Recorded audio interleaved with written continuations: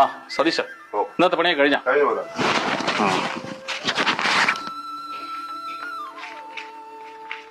നിന്റെ പറ്റുമ്പോയിട്ട് 3500.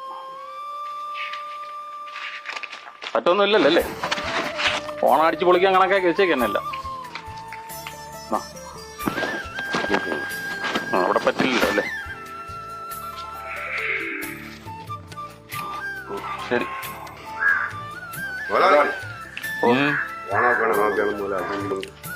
ഓണം എല്ലാ കൊല്ലവും വരുന്നല്ലേ, അതിനെന്താ പ്രത്യേകത? ശരി, ഇരിക്കട്ടെ.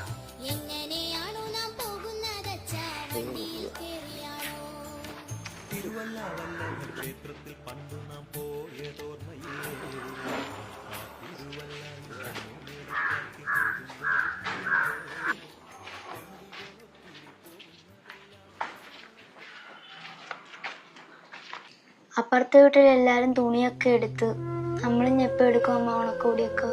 മോള് വിഷമിക്കണ്ട, അച്ഛൻ ജോലിക്ക് പോയേക്കുമല്ലേ, എന്നിട്ട് നമുക്ക് പോവാം കേട്ടോ.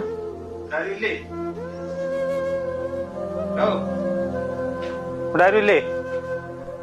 ഹലോ,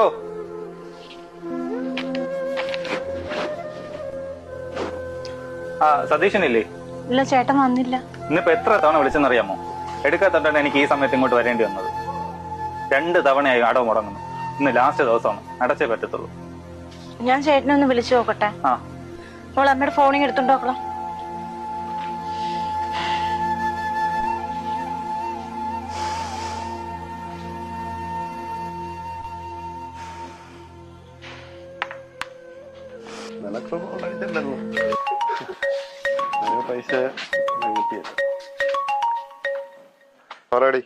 ചേട്ടാ, നിങ്ങൾ എവിടെ എത്തി? ഞാൻ വീടെത്താറായി. നമ്മുടെ ലോണിന്റെ സാറ് വന്നിരിക്കുന്നു. ആണോ? വേഗം വാട്ടോ. വീട്. ശരി, ഇപ്പൊ വരും ചേട്ടാ.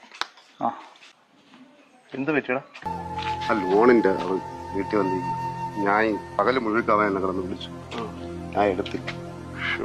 അവൻ വീട്ടിൽ വരുമെന്നുള്ള ഒരു പ്രതീക്ഷയില്ലേ. 3500 വാങ്ങിച്ചപ്പോ 3500 ലോണ് കൊടുത്തു കഴിഞ്ഞാൽ ആകപ്പാടെ കണ്ടല്ലോ 100 രൂപയോ. എന്റെ കൊച്ചിന് ഓണത്തിനൊരു തുണി പോലും വാങ്ങിയാൽ.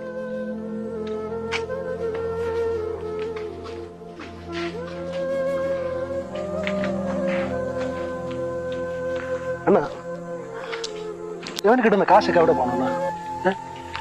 വൈകുന്നേരം കൂടാൻ വിളിച്ച അവനെ കിട്ടൂല. നിനക്ക് അവനെ കുറിച്ച് എന്തറിയാം? എന്തറിയാം? ഒരു ഭാര്യയുണ്ട്, ഒരു കുട്ടിയുണ്ട്, വേറെന്തോ. നീ വിചാരിക്കുന്ന ആളല്ല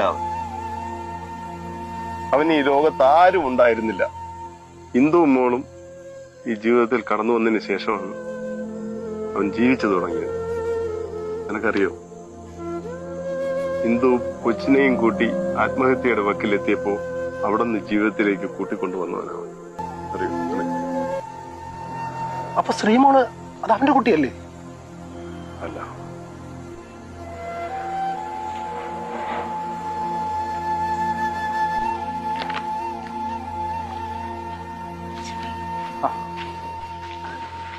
എത്ര തവണ വിളിച്ചേട്ടാ?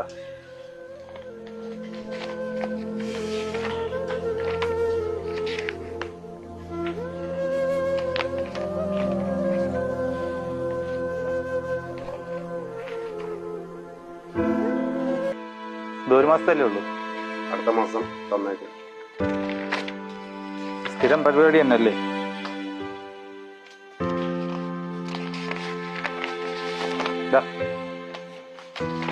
ശരി, അപ്പൊ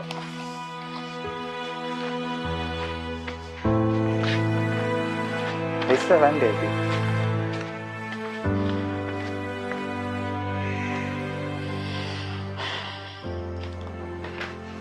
കയ്യില് വേറെ പൈസ വല്ലതും ഉണ്ട് ചേട്ടാ? മുതലാളി ബോണസ് വല്ലതും തന്നോ? മുതലാളി തന്ന ബോണസ്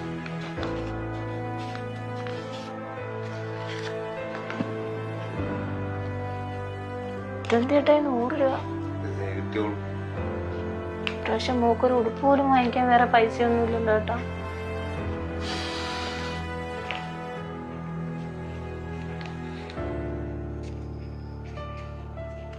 ഈ പ്രാവശ്യം ഇപ്പൊ എനിക്ക് ഓണക്കോടി ഇല്ല അച്ഛാ.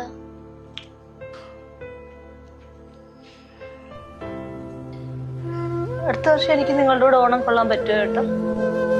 ഈ വർഷമെങ്കിലും മോളുടെ കൂടെ ചേട്ടൻ്റെ കൂടെ സന്തോഷമായിട്ട് ഓണം കൊള്ളണമെന്ന് വിചാരിച്ചത്. ഡോക്ടർ പറയുന്നില്ല, ഞാൻ കേട്ടത്. മരുന്ന് കഴിക്കാതിരുന്ന നിനക്ക് ഒരു പരിഹാരമാവും. സതീശേ,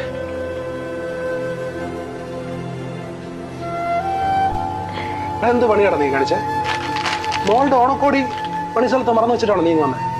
ഇതാ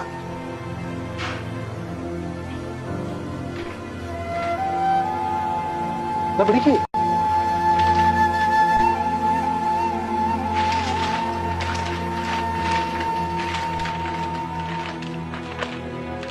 അച്ഛൻ വാങ്ങി വെച്ചിട്ടാണ് അവിടെ വെച്ചിട്ടാണ്.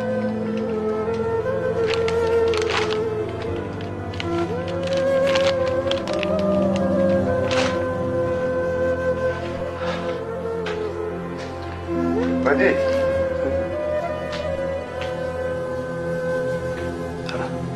ഡാ, ഈ ഡ്രസ് ഞാൻ മേടിച്ചതല്ലല്ലോടാ. സതീശ, ഈ ഡ്രസ് മോൾക്ക് വേണ്ടിയിട്ട് ഞാൻ തന്നെ വാങ്ങിച്ചതാ. പണിസ്ഥലത്ത് നിങ്ങളുടെ കൂടെ ചിരിച്ചു കളിച്ച് നിൽക്കുന്ന രുചിയെ നിങ്ങൾക്കറിയാം. പക്ഷെ വീട്ടിൽ ഞാൻ ഒറ്റപ്പെട്ട അവസ്ഥയാണ്. എല്ലാവരും ഉണ്ടായിട്ടും ഒറ്റപ്പെട്ട അവസ്ഥ. അതുകൊണ്ട് നിന്റെ ബുദ്ധിമുട്ട് എനിക്ക് നന്നായിട്ട് മനസ്സിലാവും. അതുകൊണ്ടാണ് ഞാനത് വാങ്ങിച്ചത്. പിന്നെ ഈ ടെൻഷൻ മറക്കാനാണ് ഞാൻ രാത്രിയാകുമ്പോൾ രണ്ടെണ്ണം അടിച്ചിട്ട് കിടക്കുന്നത്. പിന്നെ ഓണപ്പൊതിയുടെ കൂടെ ഞാൻ കുറച്ച് കാശ് കൂടെ വെച്ചിട്ടുണ്ട്. അതിൽ നിങ്ങൾ ഓണം നന്നായിട്ട് ആഘോഷിക്കണം. പറ്റേടാ. നാളെ നിനക്ക് ഭക്ഷണത്തിനോ? അതിനെന്താടാ, ഒരു 200 രൂപയുടെ കാര്യമല്ലേ ഉള്ളൂ. ഉച്ചയ്ക്ക് ഒരു പൊതി ചോറ്, അത് നടക്കും. ശരിടാ.